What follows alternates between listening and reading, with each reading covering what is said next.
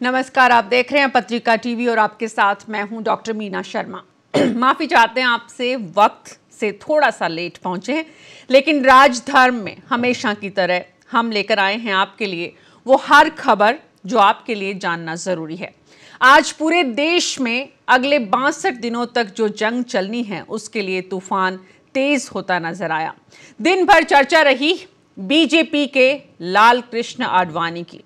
चर्चा पक्ष में भी और विपक्ष में भी। चर्चा इसलिए कि आडवाणी चुनाव नहीं लड़ेंगे। इससे भी ज्यादा बड़ी चर्चा इसलिए कि उनकी सीट से, गांधीनगर से अमित शाह चुनाव लड़ेंगे।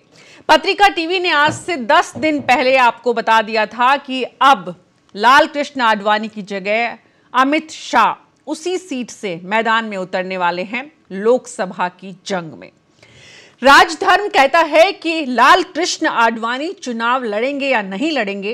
पक्ष और विपक्ष दोनों ही तरफ की चर्चा होने से पहले ये जरूर सोचें कि आज उनकी उम्र 91 को पार कर रही है और ऐसे में युवा राजनीति की बात करने वाले देश में अगर वो चुनाव नहीं लड़ते हैं तो इसे राजनीतिक मुद्दा उस तरह नहीं बनाया जाना चाहिए जिस तरह बनाए जाने की आज कोशिश होती रही। राजधर्म कहता है कि हर बात में शंका और आशंका देखने वाले हमारे राजनेताओं और आम आवाम और खास करके पत्रकारों की एक बिरादरी जिसकी आदत पड़ गई है कि चाहे वो नरेंद्र मोदी हो या राहुल गांधी, ट्रोल करने के लिए, कुछ भी कहने के लिए हम हर वो बात कहें जिससे कि पार्टी और पार्टी के नेताओं को परेशानी हो। लाल कृष्ण आडवाणी का चुनाव नहीं लड़ने के पीछे बड़ा कारण उनकी उम्र है, उससे भी बड़ा कारण उनकी खुद की सेहत है, उससे भी बड़ा कारण उनकी खुद की सोच है।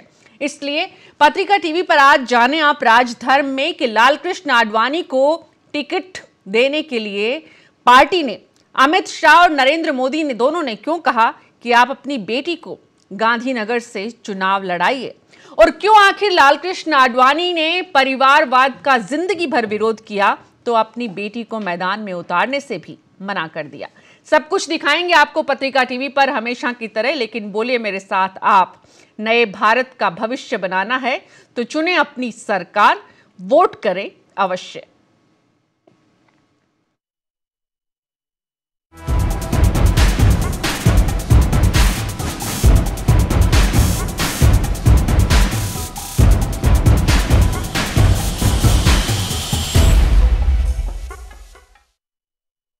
पत्रिका टीवी हर दिन आपको याद दिलाता है कि चुने अपना भविष्य और वोट करें अवश्य, क्योंकि हर एक वोट की कीमत होती है और यह बताने की कोशिश पत्रिका टीवी हर दिन लगातार कर रहा है जब से चुनाव आयोग ने घोषणा की है।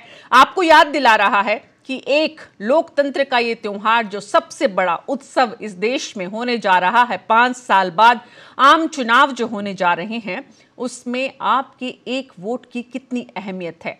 आपका एक वोट आपकी तकदीर और तस्वीर बदल सकता है। आपका एक वोट इस देश की किस्मत बदल सकता है। आपका एक वोट इस देश की संसद की तस्वीर बदल सकता है। इसलिए अपना वोट जरूर डालें। अपनी सरकार के चुनाव का फैसला अपने हाथों से करें। अगले 62 दिन अब चुनाव के नतीजे आने में बचे हैं। नई सरकार का फैसला आज से ठीक 62 दिन बाद होगा और तब पता चलेगा कि देश की संसद में किसे पक्ष में बैठने का मौका मिलेगा और किसे विपक्ष में। इसलिए अब हर दिन राजनीतिक खबरें, राजनीतिक घटनाक्रम, राजनीतिक दौरे और राजनीतिक रैलियां तेज होंगी, बढ़ेंगी रफ्तार से। किस तरह राजनीति रफ्तार पकड़ रही है उसकी तस्वीर बीजेपी की पहली बड़ी लिस्ट में सामने आ चुकी है। कांग्रेस लगातार लिस्ट जारी कर रही है। राजस्थान से जुड़े नाम अब कांग्रेस की तरफ से भी आने बाकी है। देखना होगा। आज आपको राजधर्म में हम एक एक कर राजस्थान के जो नाम सामने आए हैं 16 बीजेपी की पहली लिस्ट में, उनके बारे में बताएंगे। तो साथ ही ये भी बताएंगे कि जो नाम नहीं आ पाए उन सीटों पर आखिर मशक्कत क्या है, आखिर परेशानी क्या है, आखिर पार्टी की चिंता क्या है। लेकिन शुरुआत करते हैं हमेशा की तरह बड़ी खबरों से। उससे पहले एक बार फिर से बोलिए मेरे साथ, चुने अपना भविष्य, वोट करें अवश्य।